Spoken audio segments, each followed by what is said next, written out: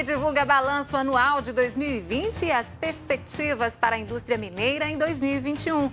A OMS alerta para cuidados nas festas de fim de ano para evitar a propagação do novo coronavírus. E ainda, professores do Centro de Educação Especial se adaptam para atender aos alunos durante a pandemia. O Horizonte Notícia está no ar.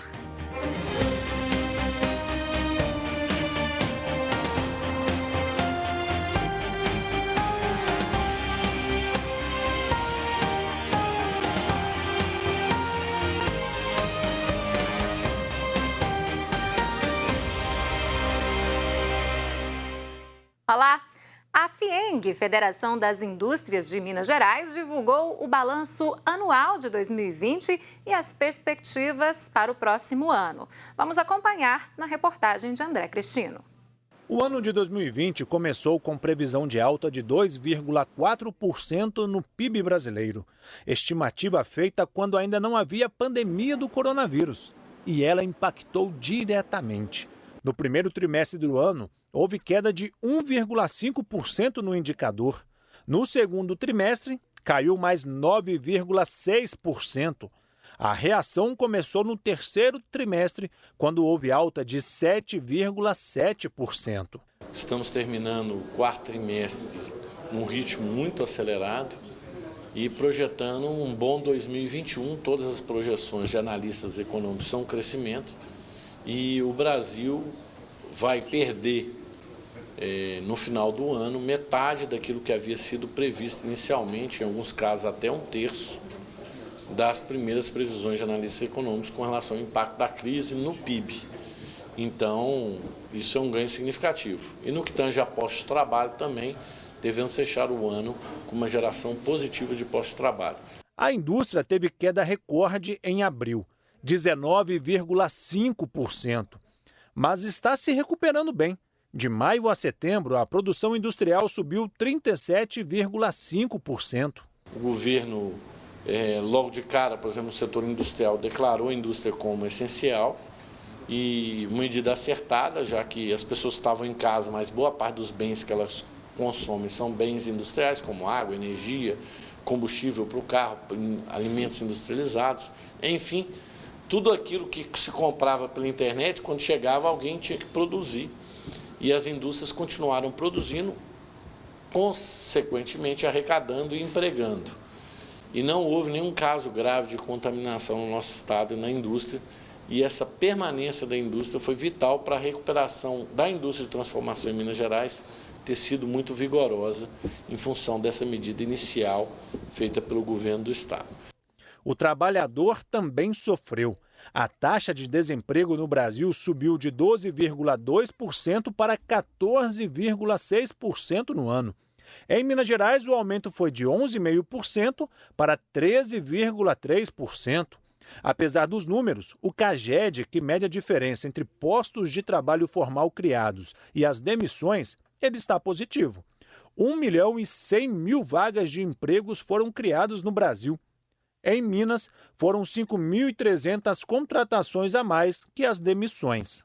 O crescimento de 2021 para Minas Gerais, na nossa expectativa, deve trazer novas pessoas que estão alijadas do mercado de trabalho para a inserção no mercado formal de trabalho. Então, a recuperação econômica vai se reverter em empregos, como foi o crescimento maior de Minas Gerais no terceiro trimestre, gerou uma maior geração de empregos em Minas Gerais do que no resto do Brasil no terceiro trimestre também.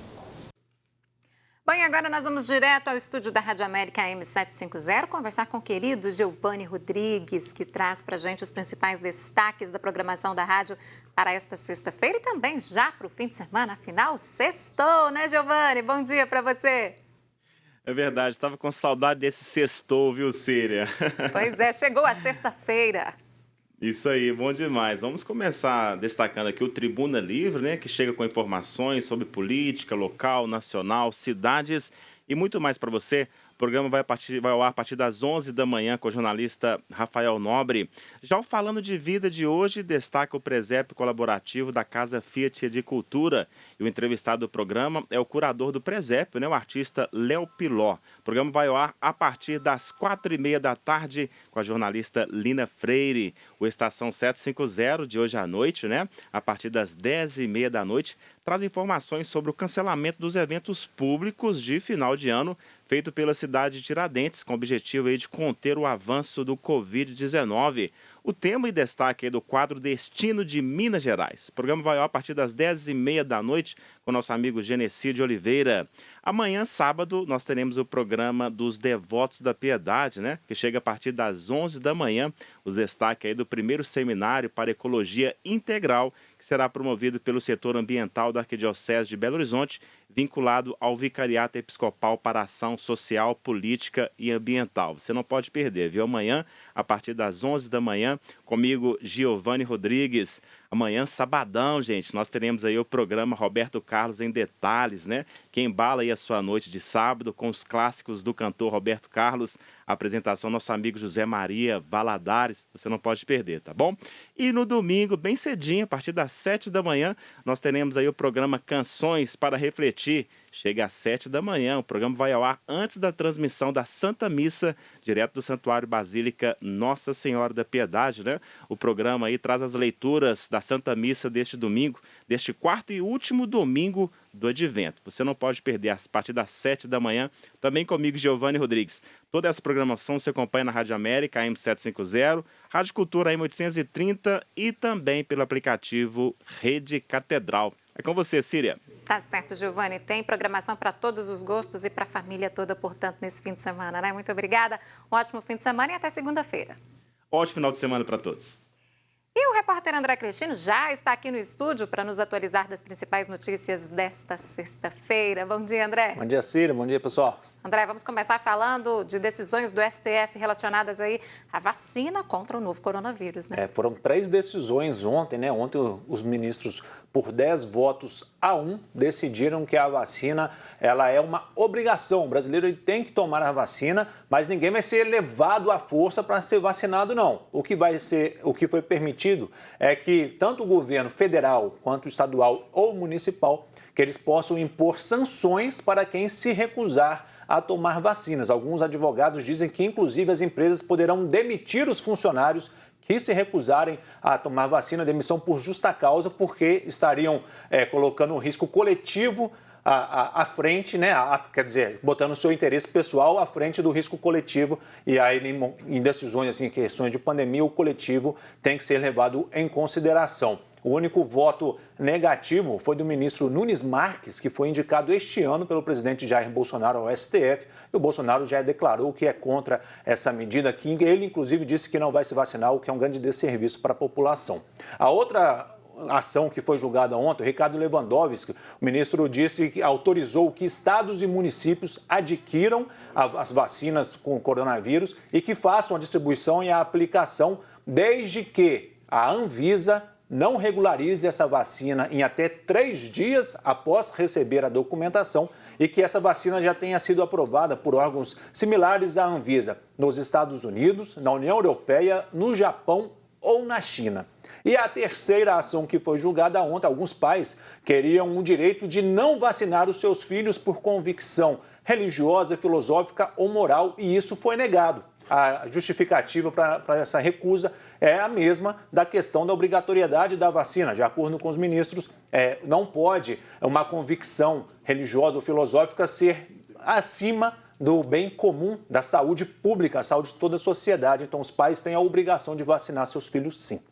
Tá certo. André, ontem você falava aqui pra gente das condições precárias e da superlotação da penitenciária Nelson Hungria. Quais as notícias que você tem hoje, hein? Pois é, a Justiça ela proibiu que novos presos sejam encaminhados para a Nelson Hungria, né? Tinham se falado de suspender a atividade dela por conta do risco que há com a baixa de agentes penitenciários, mas a Justiça, nesse momento, apenas proibiu que novos presos sejam remanejados.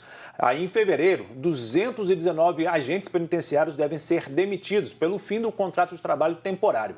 O Estado diz que hoje há 549 agentes trabalhando na penitenciária, mas a Justiça diz que são apenas 419, porque vários estão de férias ou então estão com licença médica, então isso seria um grande problema para a penitenciária, principalmente se recebesse outros presos lá na instituição. Então, a Justiça segue monitorando, que é um caso grave. Desde março, o Estado já autorizou a realização de concurso público para a contratação de 2.420 agentes penitenciários, mas nem o edital foi divulgado até hoje. É uma situação preocupante essa da Nelson Hungria, né?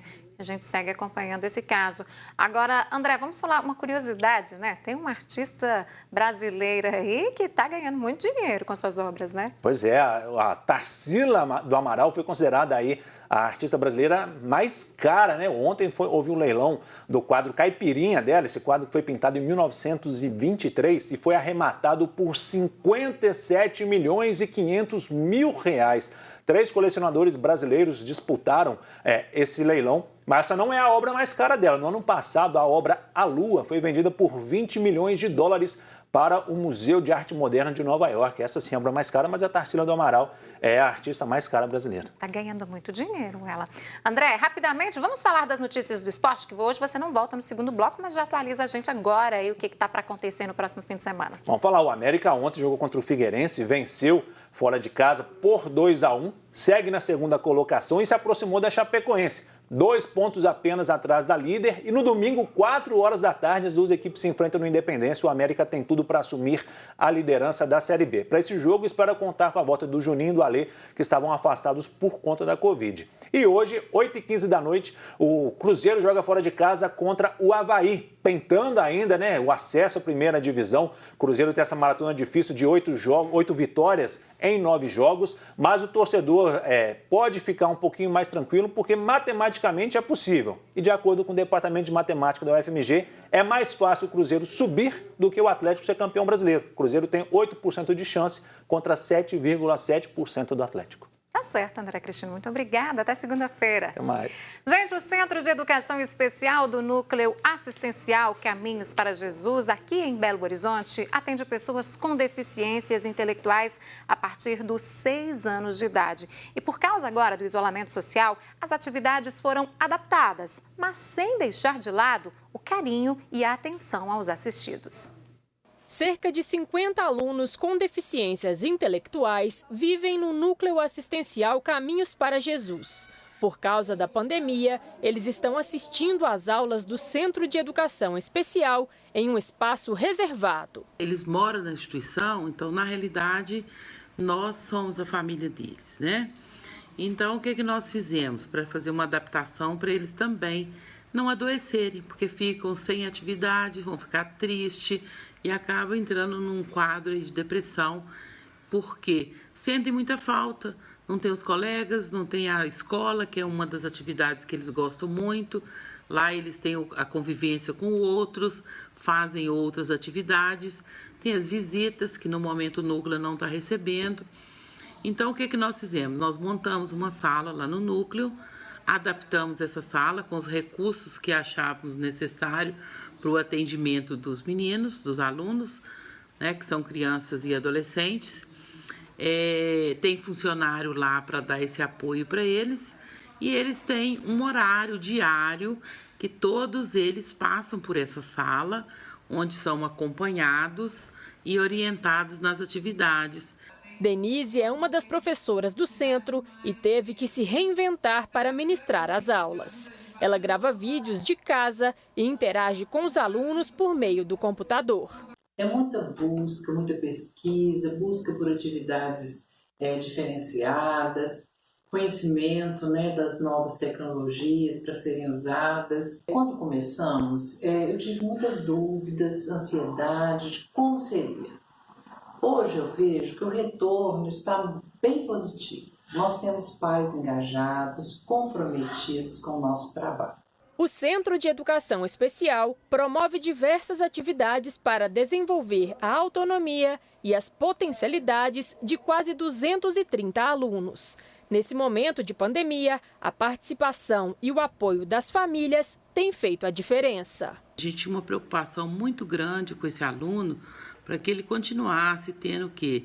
Esse pertencimento à escola, contato com a professora, com os colegas, né? E a gente precisava promover também uma participação maior da família nesse processo, né? Nesse período de readaptação.